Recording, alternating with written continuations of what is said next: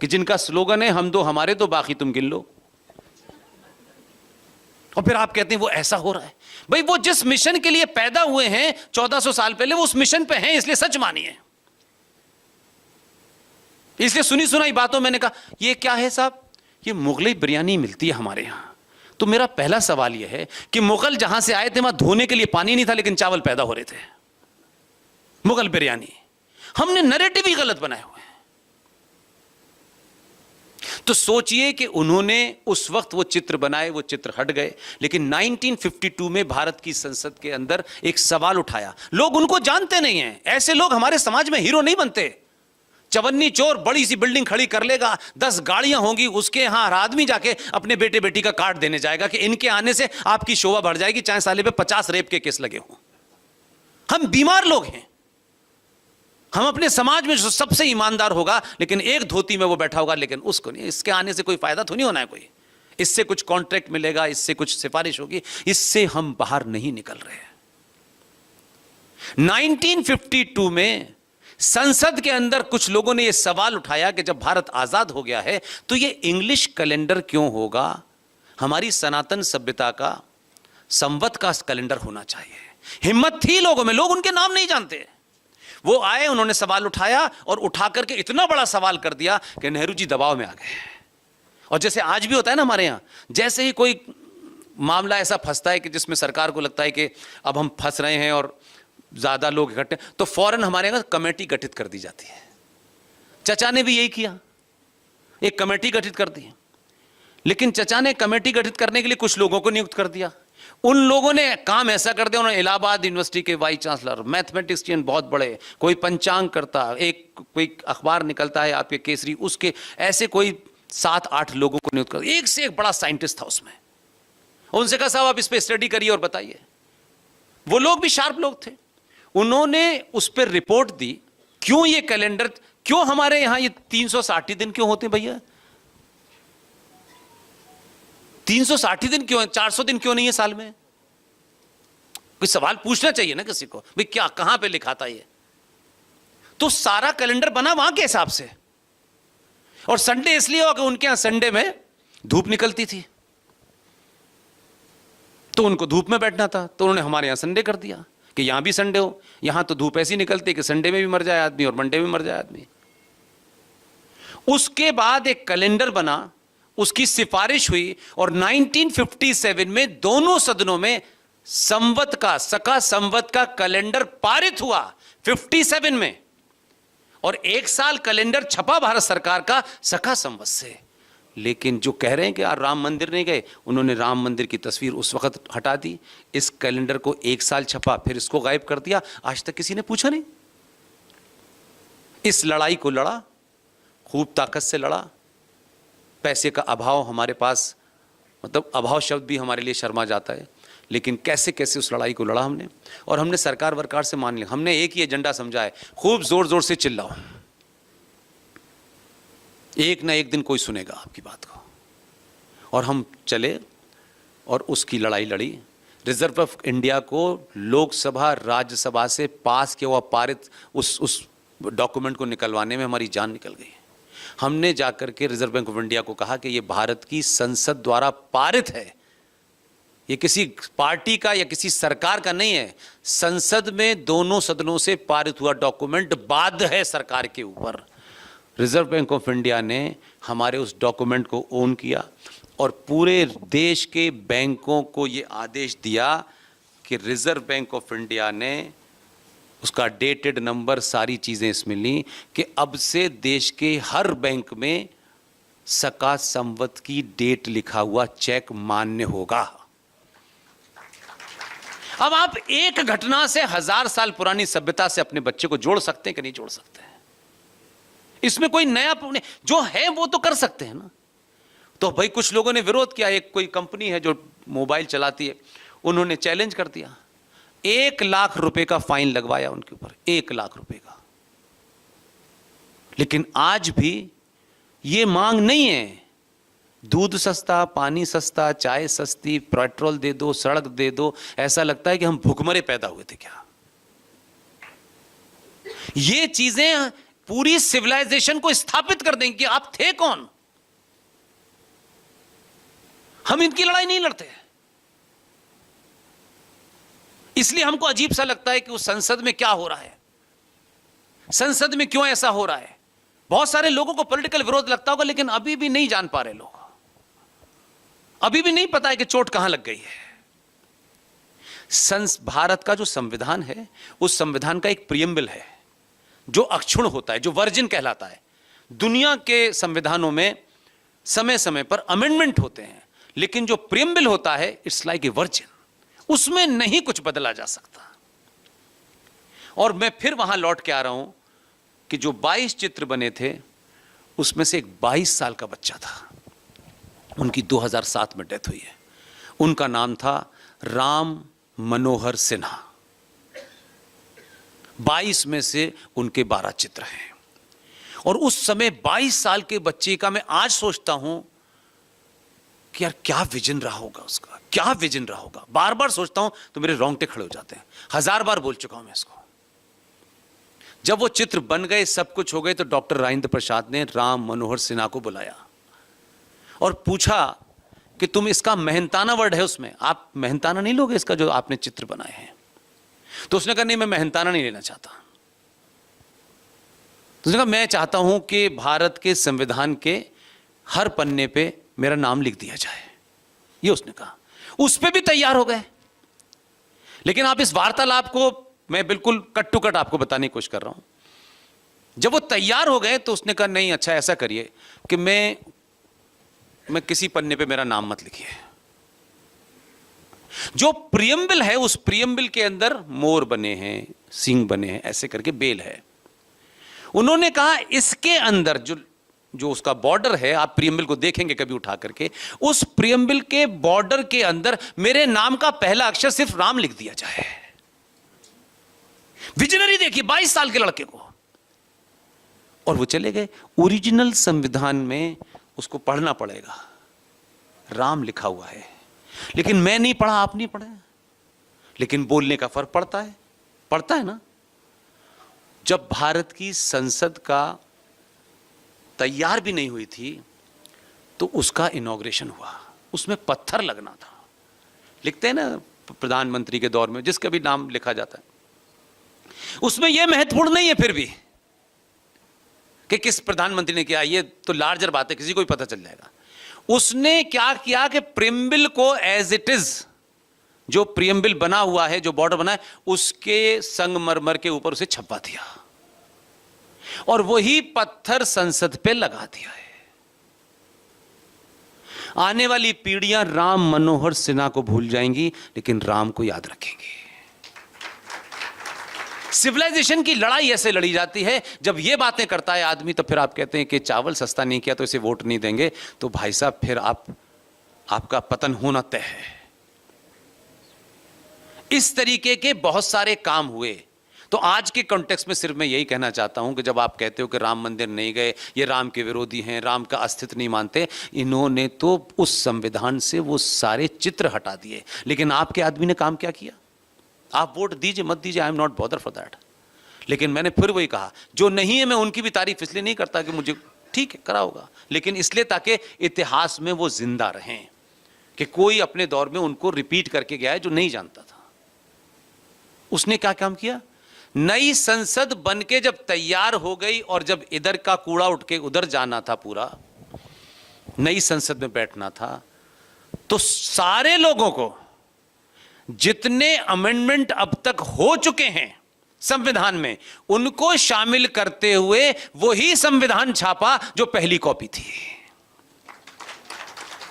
और हर उस एमपी को, उन लोगों को भी जिन्हें सनातन से बदबू आती है, हाथ में बैग पकड़ाया और उसमें राम की भी तस्वीर है, कृष्ण की भी है, छत्रपति शिवाजी की है। इस बहाने से वो संविधान दोबारा से 545 एमपी को दे दिया।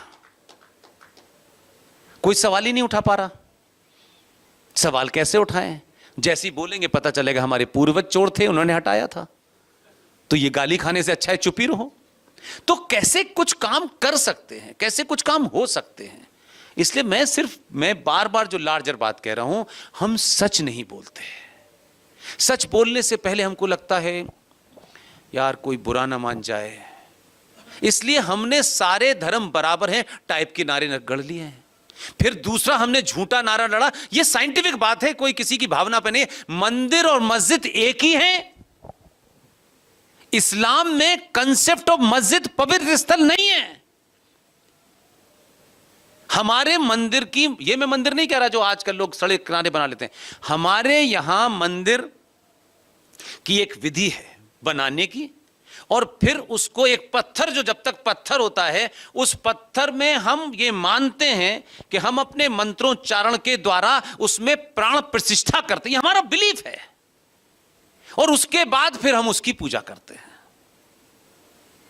मस्जिद इस्लाम में एज पर कुरान पवित्र स्थल नहीं है।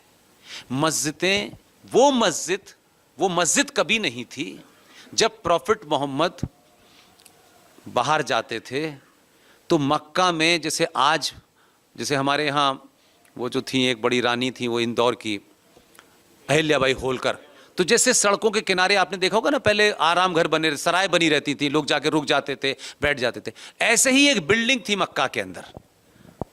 तो क्योंकि मोहम्मद साहब की जो पत्नी थी वो बहुत बड़ी व्यापारी थी, उनका पूरा गरम मसालों का सामान यहाँ आया करता था, ऊँटों पे आता था, फिर जाता था। तो जब वो लोग जाते थे तो उस जगह बैठ गए लोग, कुछ वहीं बैठे नमाज पढ़ा, कोई सो गया, कोई आराम कर, वो भी तोड़ दी गई।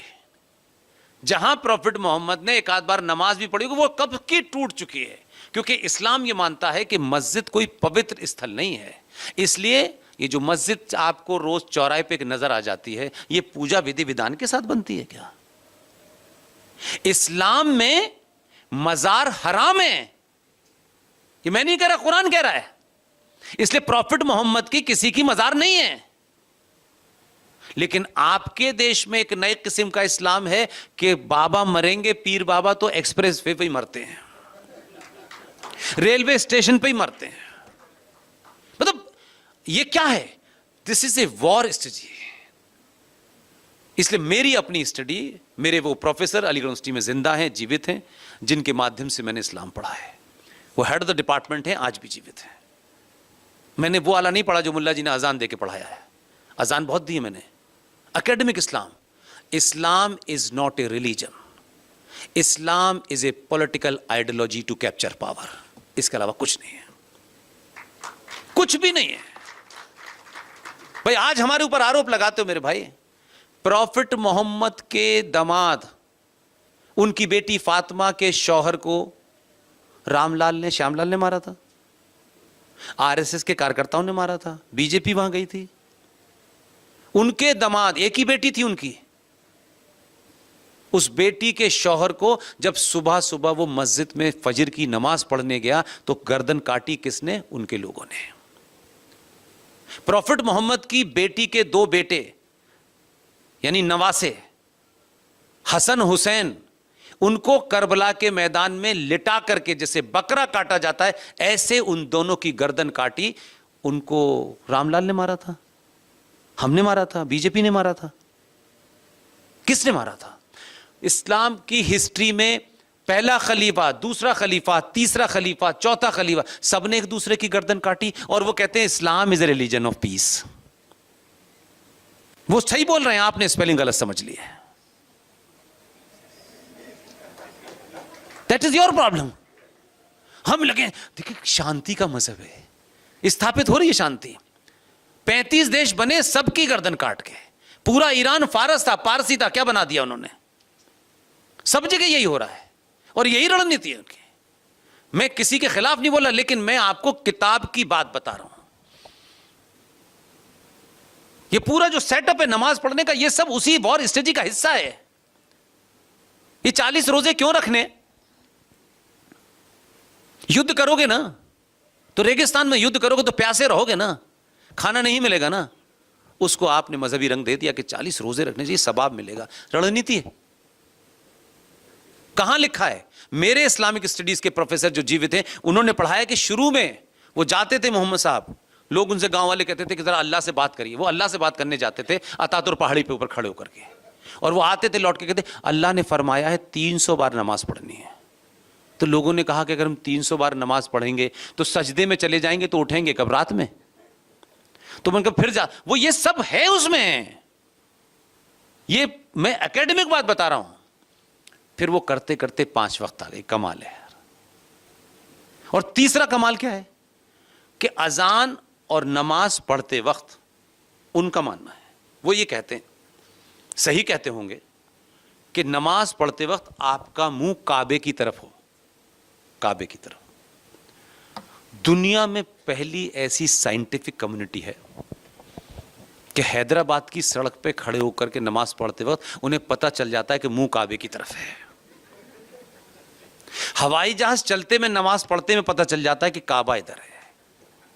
रेलवे स्टेशन में नमाज करते पता चलता है काबा इधर है। इतने साइंटिफिक, तो साइंस अभी तक कोई पैदा ही नहीं हुआ नोबेल प्राइज, इन सबको मिलना चाहिए, क्योंकि यहां महामूर्खों की दुकान है भारत में। अरे कोई बात नहीं, कोई बात नहीं, अरे धीरे धीरे वो राइट बन गया उनका। दिल्ली का रेलवे के ऊपर मस्जिद वहीं पे बनी है, कोई जगह ही नहीं थी। अब सुप्रीम कोर्ट ने 2018 में ऑर्डर दे दिया, तो एक राज्य के मुख्यमंत्री ने वो ऑर्डर हमसे मांग लिया, हमने पकड़ा दिया। ये मिश्रा जी का ऑर्डर है, अमिताभ राय साहब का ऑर्डर है, उन्होंने ऐसा ऑर्डर दिया है कि पूरे देश में खत्म मच गया। इसलिए हल्द्वानी में दंगा हुआ, वहीं से स्टार्ट की थी मुहिम हम लोगों ने। इसलिए मेरी आपसे विनती है, जिस विषय के जानकार ना हो, जैसे मैं पब्लिकली कहता हूं, हाई स्कूल में मैथमेटिक्स में मैं पास होने के लिए 3 नंबर का ग्रेस मिला मुझे। मैथमेटिक्स देखते ही मेरी रूह कांप जाती थी, मैं पढ़ते में से भाग जाता था। अब मुझसे कोई ये कहे कि पुष्पेन जी भारत की इकोनॉमी पे भाषण दीजिए, लेकिन पुष्पेन जी थोड़े से पॉपुलर हैं तो इकोनॉमी में भी ज्ञान देने लगूं, ये पाप मैं नहीं कर सकता। जिस सब्जेक्ट पे आपकी कोई जानकारी न हो, भगवान के वास्ते उस पे न बोलें, यही सबसे बड़ी सेवा है। और सुनी सुनाई बातें तो बिल्कुल न बोलें। तथ्यों को आज के दौर में फ्री ऑफ इंफॉर्मेशन इतनी आसान है, इतनी सस्ती है कि मैं बोलूं या कहां से कोई बोले, आप वेरीफाई करिए। और मैं कोई चुनौती नहीं दे रहा, लेकिन ये फिर कहता हूं कि मंचों से खड़े होते वक्त मैं ये बिल्कुल भी नहीं होता कि लोगों ने 10 बार ताली बजा दी तो फिर भी कोई डायलॉग बोल दो। ना, मैं यहां से जाऊं, आप मेरी बात को वेरीफाई करें, 10 बार करें, इतना मुझे लीवरेज दे दीजिएगा कि एक्सटेम्पोर बोलने में 24 की जगह 25 डेट बोल दी हो मैंने, इतना तो मुझे माफ कर दीजिएगा। लेकिन मैं सिर्फ बोल रहा हूं, ताली बज रही है, लोग अच्छा समझ रहे हैं, ये मैं 90% ऐसी बातें बोलता हूं जो आपको तकलीफ दें। सच बोलिए, मैं बार बार कह रहा हूं। ये जो भी कुछ मुझे अभी डॉक्टर साहब मुझसे कह रहे थे, और भी लोग मिलते हैं कि बड़ी जागृति आ रही है, जागृति आ रही है। मैं ये कह रहा हूं कि सच बोलो। तो अभी तो बोलना ही नहीं शुरू किया आपने। इससे पहले तो बोलने से आप डरते थे कि जो एहसान भाई के साथ शाम की आपकी चाय है वो कहीं बिगड़ ना जाए। ये मत बोलो, उन्हें बुरा लग जाएगा। उन्हें बुरा तो सब कुछ लगता है, उन्हें तो बुरा मेरे अस्तित्व से है, तो मैं मर जाऊं क्या? सच जो बोलेगा उसको किसी की चिंता नहीं होगी, बड़े से बड़ा आदमी हो, कितना भी ताकतवर नेता हो, कोई फर्क नहीं पड़ता। एक बार अपने अंदर के उस लालच को, उस कुंठा को दूर कीजिए, दुनिया आपसे वैसे ही डरेगी, क्योंकि उनको पता चल गया कि ये सच जानता है। बस आप सच सुनना ही नहीं चाहते। आपने इतनी दूर तक चले गए कि कोई सच भी बोलता है, नहीं नहीं नहीं, ऐसा कैसे हो सकता है? नहीं भाई, ऐसा नहीं हो सकता। वही सुप्रीम कोर्ट की हालत है। 5 वक्त अजान सुनते हैं ना आप, और मैंने देखा है नेता आजकल एक नया फैशन, अजान होती चुप हो जाते, ओहो चुप। 5 वक्त की अजान में, क्योंकि मैंने बहुत दी हुई है, क्या कहते हैं वो? किसी को पता है? कोई बताएगा इसमें कि वो अजान में जो क्या कहते हैं भाई? देखा, ये भाई साहब कह रहे हैं, नहीं सही कह रहे हैं। उसमें कहते हैं ला इलाहा इल्लल्लाह मोहम्मद रसूलुल्लाह, अल्लाह के अलावा कोई दूसरा इबादत के लायक नहीं है। It is a hate speech और नॉट। लेकिन अरे हम कह दें कि भगवान राम के अलावा कोई नहीं है, तो आप हेट स्पीच है। वो 5 बार रोज हमें चिल्ला के कहते हैं कि अल्लाह के अलावा किसी की पूजा की इबादत नहीं है। ये किसी इस्लामिक देश में तो कह सकते हैं, लेकिन यहां बौद्ध रहते हैं, यहां जैन रहते हैं, उनके 5 सिखों के प्यारे रहते हैं, तो इन सबको नकार दिया उसने कि उसके अलावा किसी की पूजा नहीं हो सकती। और अगर तुम्हें नहीं करनी तो कमरे में बताओ, तुम मेरे सामने क्यों बोल रहे हो, मुझे क्यों डरा रहे हो भाई? मैं अगर कल के बोलने लगूं तो लोग कहेंगे ये हेट स्पीच है।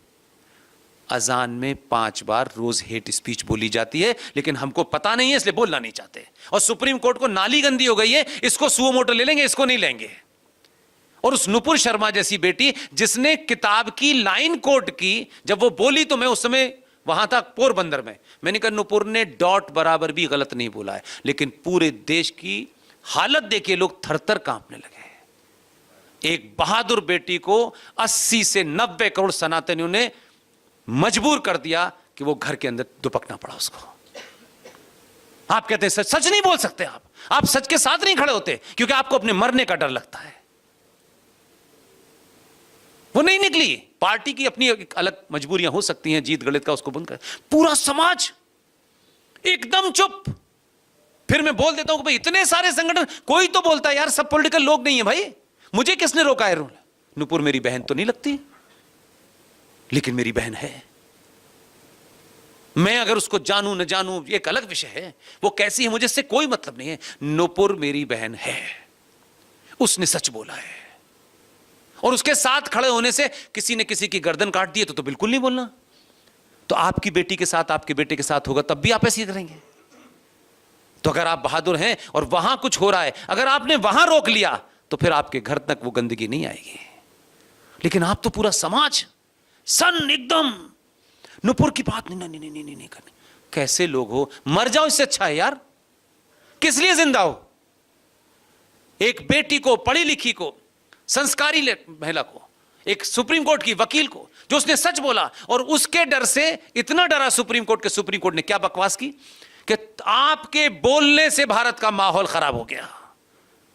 1948-47 में भी बेचारी यही बोली थी, तभी देश बट गया। कैसे कि हम इतने डरपोक और मक्कार हैं। घर में सच बोलना चाहिए। सच सेलेक्टिव नहीं होता, सच सच होता है। मेरा सच और आपका सच नहीं है। जो सूरज पूरब से निकलता है तो पूरब से ही निकलता है, इसमें कोई डिबेट नहीं हो सकती। तो सनातन की जो परिभाषा है, यानी आपकी स्थिति मालूम है क्या है? हम सब की स्थिति यह है कि सूरज को जुगनू चुनौती देता है और सूरज डर जाता है। इसलिए सनातन अभी कितनी दूर, ये हेडिंग आपने रखी है, मैं आपका मेहमान हूं, मैं इसका सम्मान करता हूं। ये दूर और पास का खेल नहीं है। सिर्फ यही कहते सनातन सच है, खत्म। शाश्वत सत्य है, साइंटिफिक है। इसलिए वो माँ वाली कहानी खत्म, बात खत्म करता हूं कि जिसको हमारे यहां ये माना गया कि जिस